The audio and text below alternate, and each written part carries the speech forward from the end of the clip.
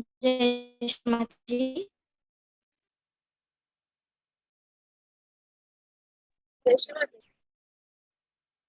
हा, माझा आवाज क्लिअर आहे का? थोडा ब्रेक होतोय. आता वापस बोल. आता क्लिअर आहे? हॅलो. हा, आता क्लिअर. हा, बॅकग्राऊंड नॉईज नाही आहे ना जास्ती काय? नाही. Okay okay.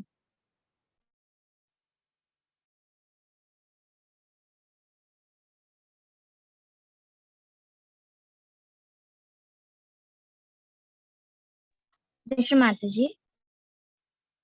श्री माता जी को नतमस्तक होकर प्रणाम करेंगे और बंधन लेंगे. लेट्स बाउ down to Shri Mata ji and take बंधन.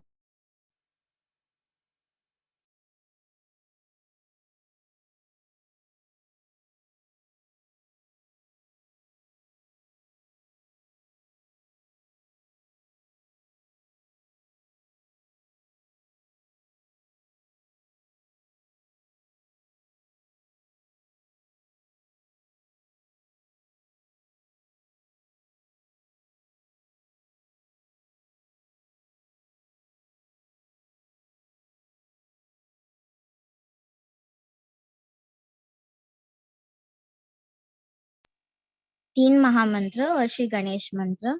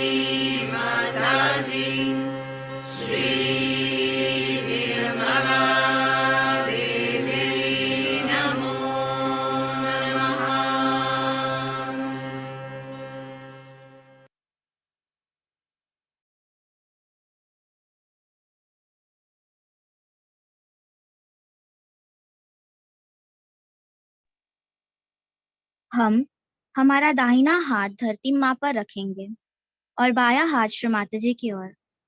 हमारा पूरा चित्त हमारी इड़ा नाड़ी पर। प्रार्थना करेंगे, परम पूज्य श्री माता जी, कृपा कर हमारी इड़ा नाड़ी संतुलित कीजिए और हमें शुद्ध इच्छा शक्ति प्रदान कीजिए। We will keep our right hand on Mother Earth and our left hand towards Shri Mataji. Keep our attention on Ida Nadi and pray to Shri Mataji. Shri Mataji, please clear our Ida Nadi and grant us pure desire.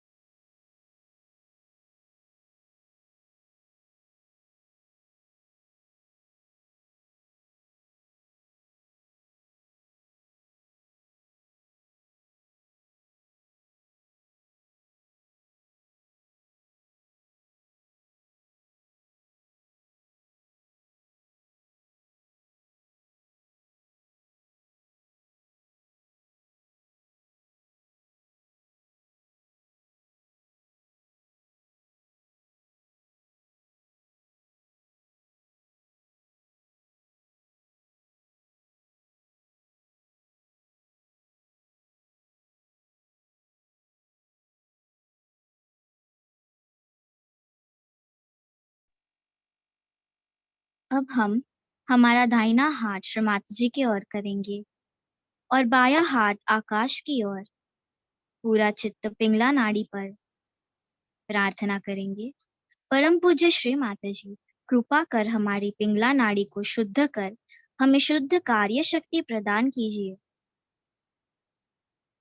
Now we will keep our right hand towards Shri Mataji and our left hand towards the ether.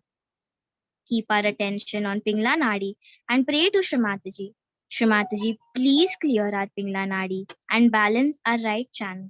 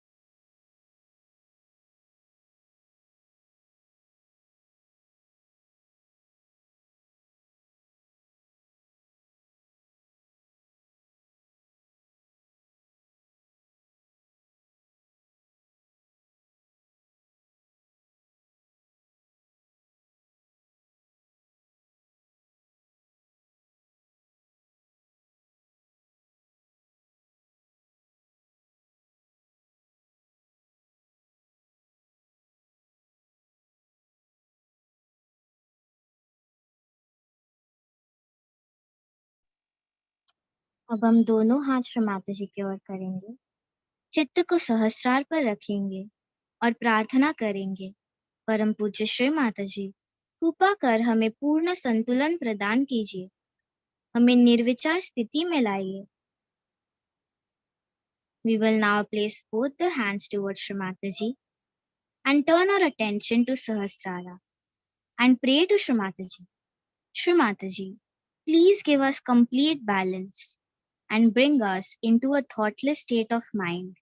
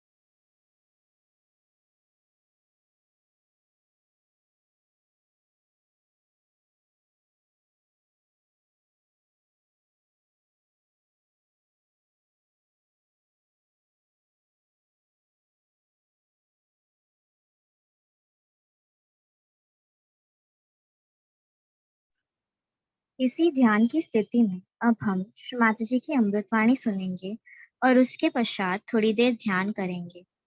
We will continue to be in this meditative state and listen to Shri Mataji's speech.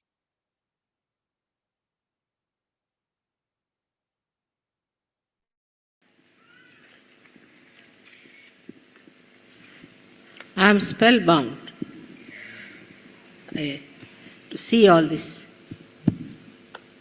beautiful expression of your love. Such attention and creativity. I must be the luckiest guru.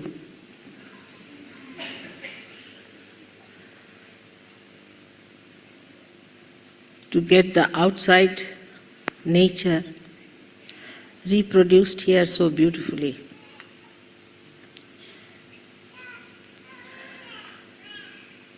After seeing this,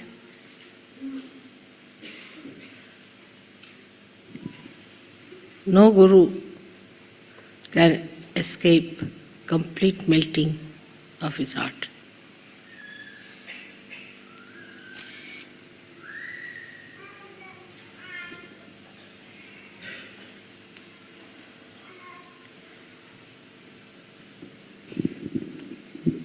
Actually,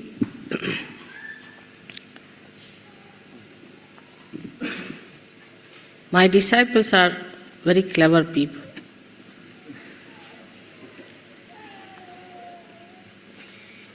They can neutralize any guru.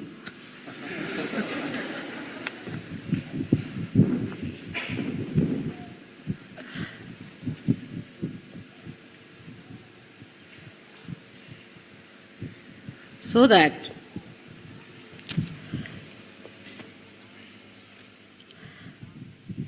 guru's staff, which is used for disciplining the disciple, also melts away into a lotus.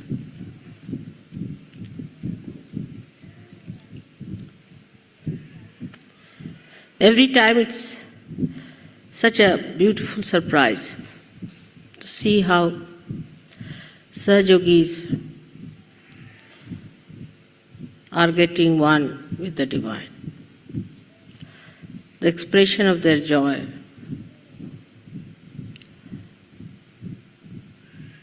the conception of the divine.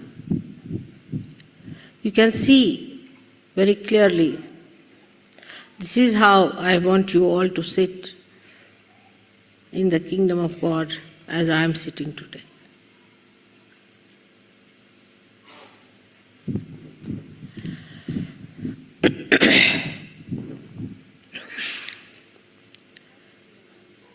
We have to realize that we are now the part and parcel of that cosmic consciousness itself, the Brahma, the one that creates, which coordinates, which plans into all the details, and the one that loves through its creation, through its expression, is that cosmic consciousness.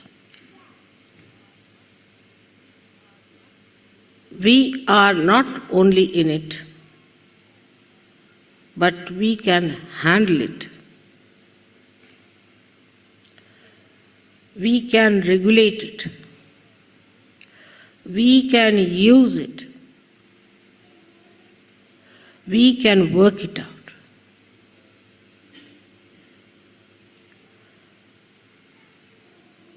This is the state when we are in, we are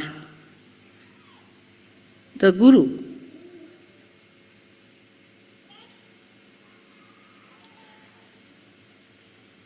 Guru means a thing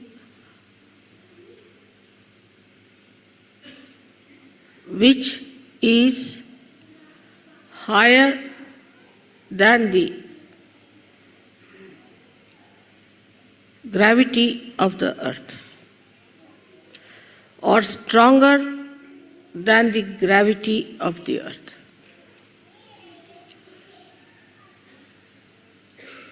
What is the gravity of the earth?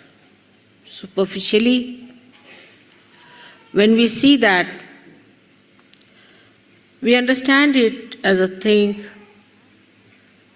that acts on our body to keep us on the ground.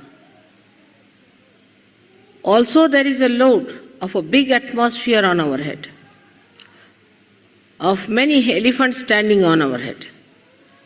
Plus, the Mother Earth has the gravity to pull us towards herself. That's on the gross level, we understand the gravity. And on the gross level also, we sometimes understand the Guru principle.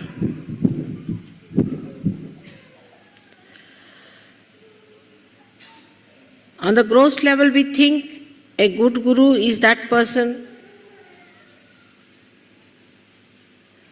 who just attracts you towards himself. Bodily attraction. Or maybe other attractions.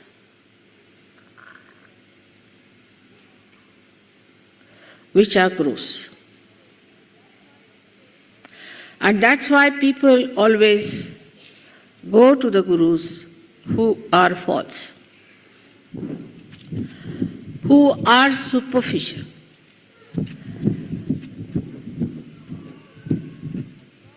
But the one who is above the gravity of the Mother Earth, the gross, the subtler and the subtlest. Beyond all these attractions, that is the one, is the Guru.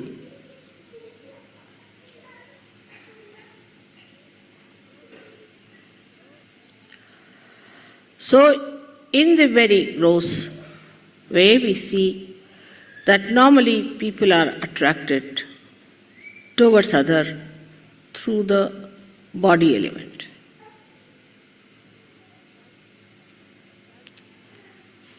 The gravity acting through the body.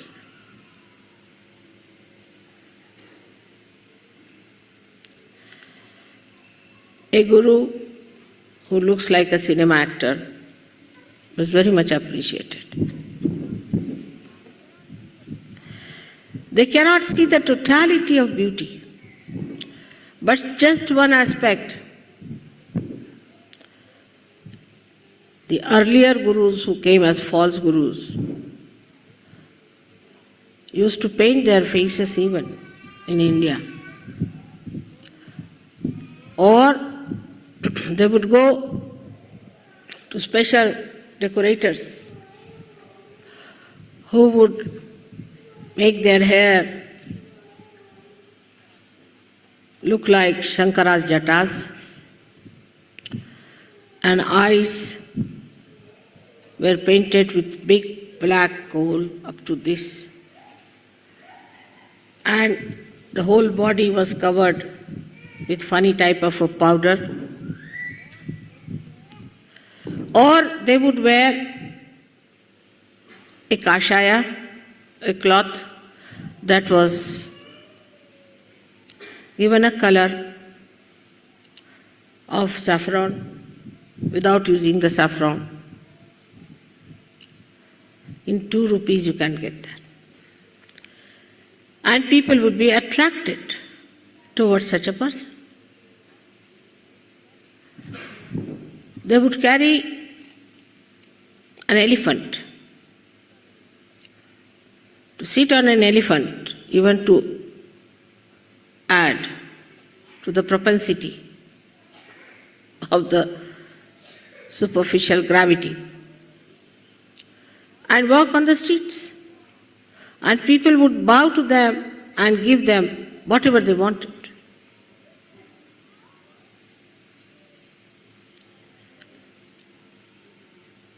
This cannot elevate anyone.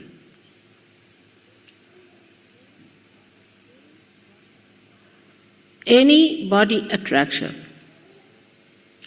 can enslave you, cannot give you freedom.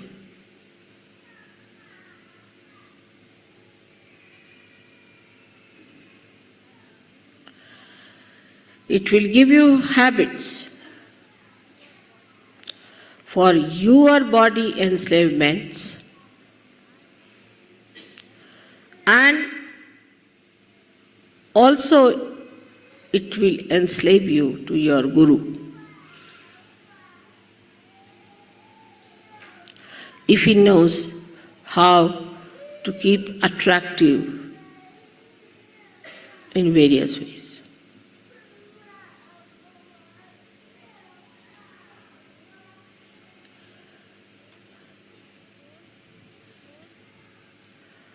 The whole understanding of the cosmic consciousness can be put in one little sentence, that it cannot be attracted by the gravity of any stars, earth, moon or sun.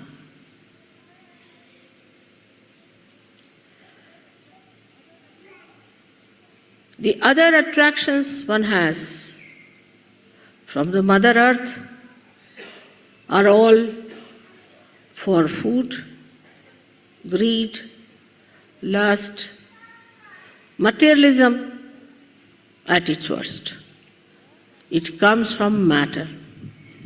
All that comes from matter. Once you start getting used to it, you become a slave and not a guru. So the first attempt should be for anybody to be a good guru is to get over material attraction. In a subtler way, we can see it happens like this. A lady or a gentleman buys an ashram in Sahaja. And the Sahajogis start living in that ashram.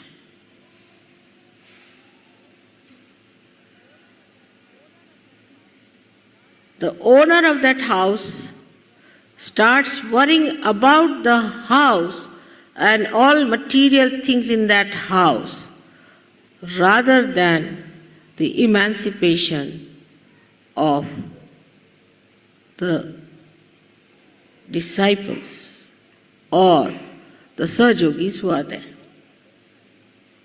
The whole attention is towards the material upkeep of the house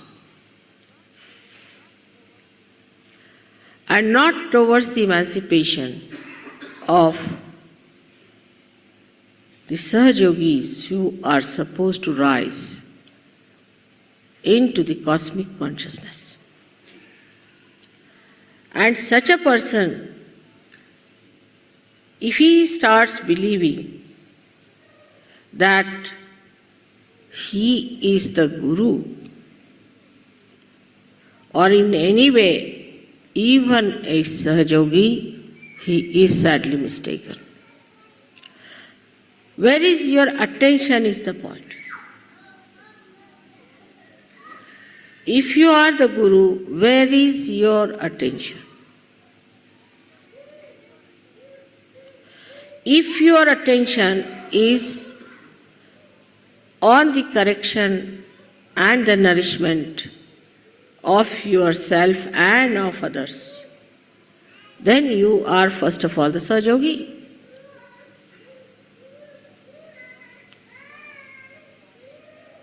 And once you rise above the gravitational force of materialism, then you could be called as the Guru.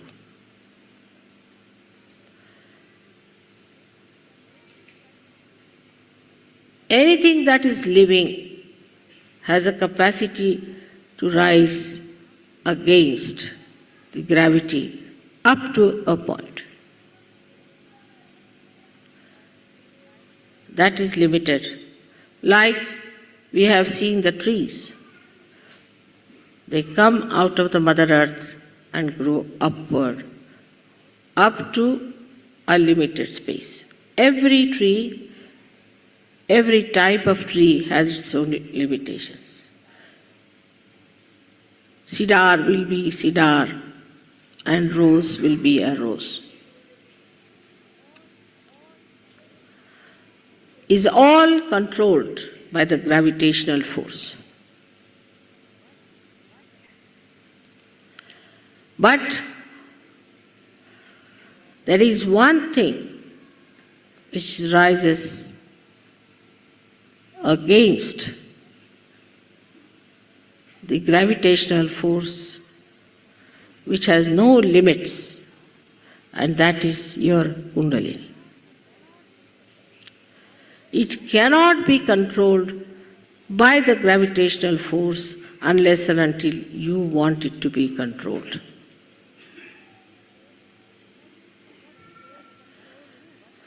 Nothing can control it but you.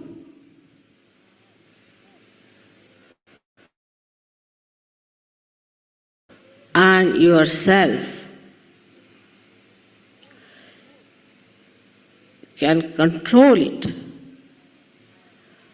So as soon as you become in charge of your Kundalini, you have crossed one step forward, that you have overcome the force, that is the gravitational force.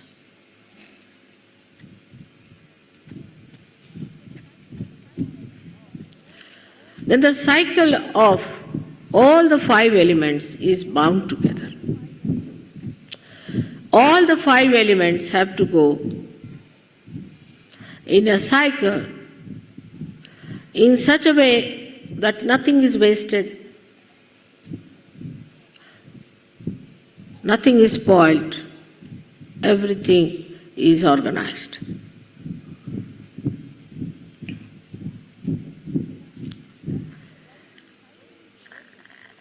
But the cycle is broken only by the awakening of the Kundalini.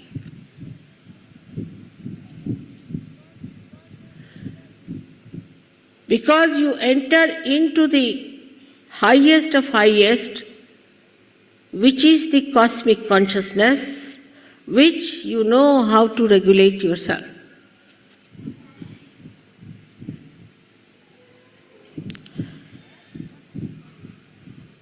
That cosmic consciousness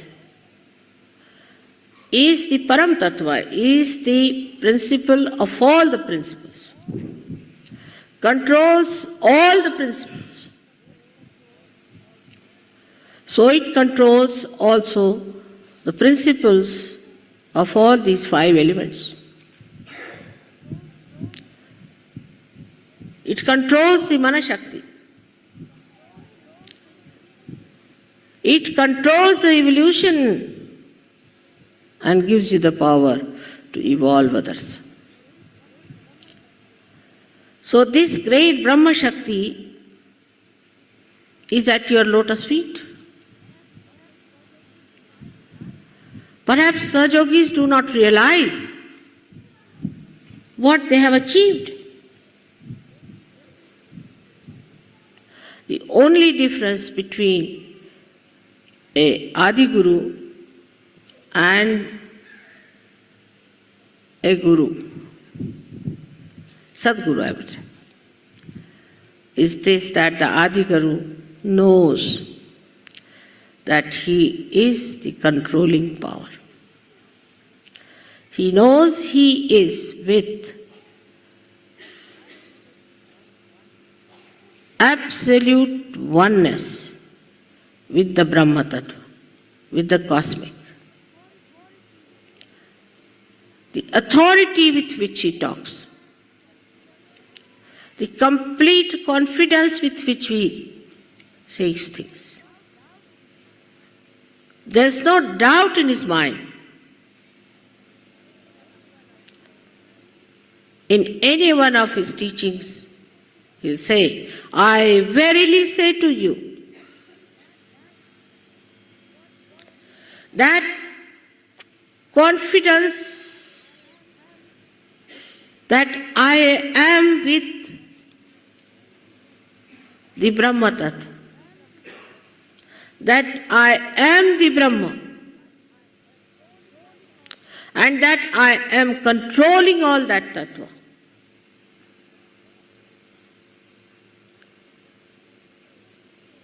Makes him a prophet. Because whatever he says, prophesizes, is the truth. Whatever he says about the past is the truth. And he knows that. He has no doubts.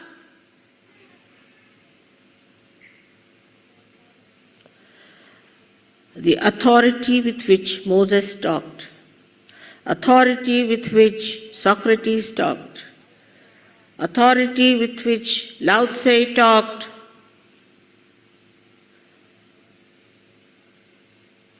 all these great Adigurus, from Adinath to Sainath, they didn't say, if you do this way will be good or that way would be good. No, this is what it is, you better do it.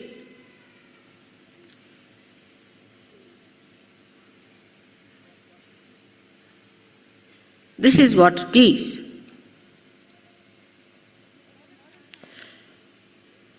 But in modern times, those gurus may not work out. That's why a mother had to come.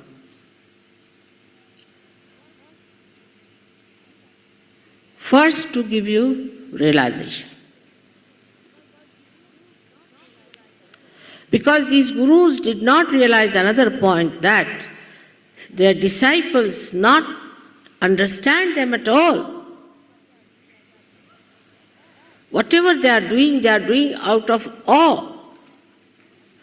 But awe doesn't have understanding in it.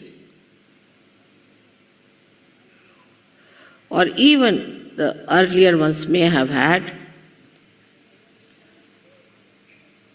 The generation that came afterwards did not have. So they turned the gurus into a facade, and the whole building they owned as their own, creating all kinds of problems, killing the universality and the collectivity, because Brahma Tattva is the power of the collectivity, is in everything, in the atom, in the molecule, in the human heart. Everywhere it is reflected, depending on the reflector. And it controls.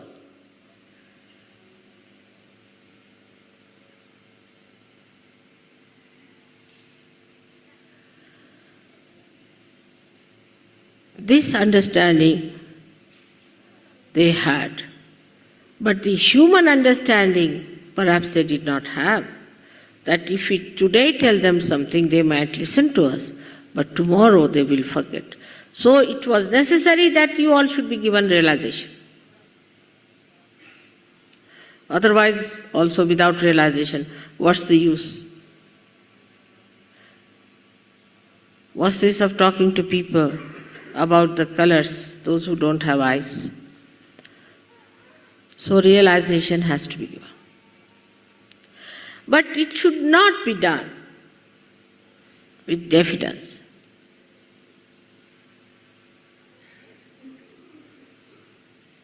When a guru does not feel vibrations properly,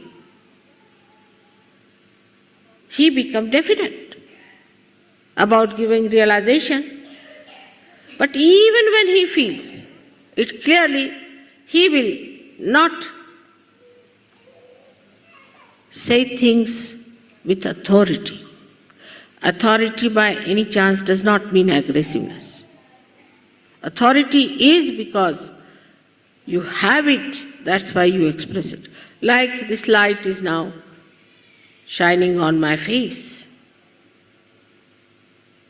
It is shining, it's not aggressive. Because that's the quality it has got, that it has to shine, so it is shining. In the same way, a guru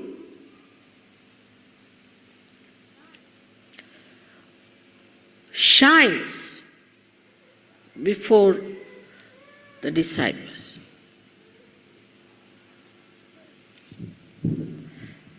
It's very easy to understand this word shine.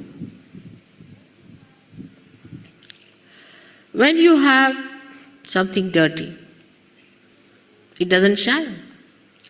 Even the gold, which is always shining, is not tarnishable. If you put it under the mud, it won't shine. So you have to wash it, clean it, and rub it nicely so that it shines. But in Guru Tattva, it is from the basics you have to start. Before the gold came into its own state of gold,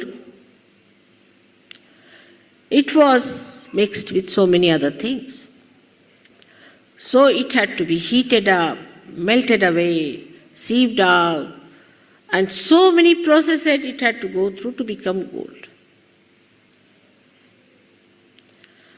So when you become Sahajogis,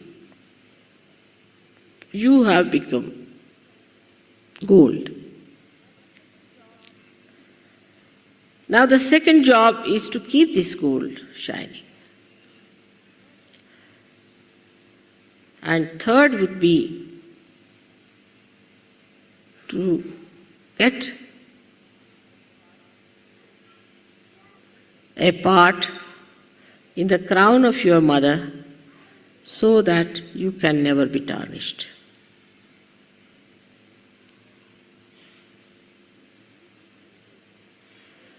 Into these three stages one has to go.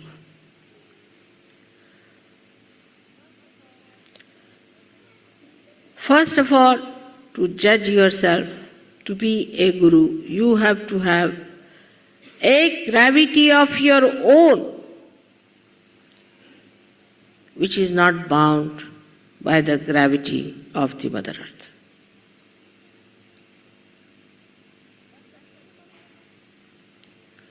That's the minimum of minimum.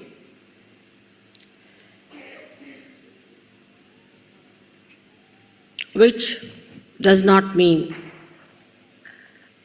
you wear outside the kashaya, the dress that suggests that you are a sannyasi. But from inside, you should be a sannyasi. Now a sannyasi who is inside a sannyasi will have a big bank balance maybe, but will know nothing about it. Will be very indifferent and any day willing to part with it. A sannyasi has to be a person above lust. Should not know what is a lust is.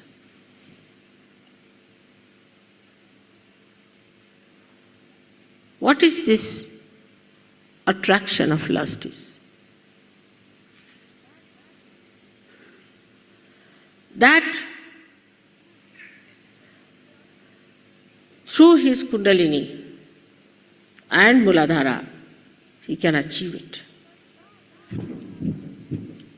Because now you have a capacity to rise above the gravity. You have got that power now to rise above this lust business, where your attention gets absolutely ruined. But in Sahaja Yoga we have everything. Like on Indian streets you will find the most modern car, a Rolls Royce, Mercedes, as well as you can find a bullock cart, and also lots of cows and buffaloes, everything there. In the same way, I think in Sahaja Yoga we have all kinds. We have some people who are very great.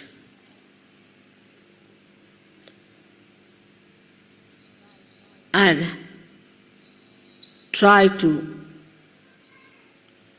achieve a state of untarnishability. Put their attention to it, work it out. But we also have people who are absolutely useless things, just hanging on to Sahaja Yoga, to use Sahaja Yoga for their own popularity maybe, for their own gains. I don't know for what.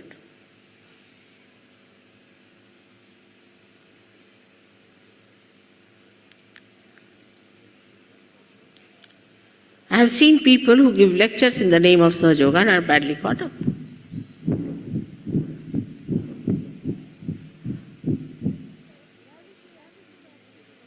There is that gravity acting in you, remember that. The gravity of the Mother Earth. Some sort of a gravity which should be located. But some of them are nothing but worms. They cannot go higher. And the outsiders see those worms only and try to say that Sahaja Yoga is no good.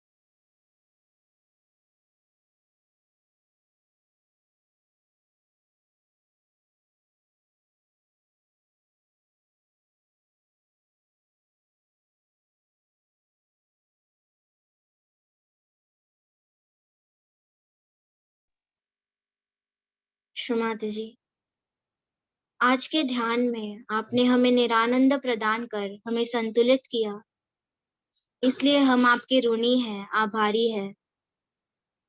Thank you, Shrimata ji, for blessing us with this meditative state and showering us with your divine vibrations. श्रीमाता जी को नतमस्तक होकर प्रणाम करेंगे और बंधन लेंगे. Let's bow down at Shrimata ji's lotus feet and take bandhan.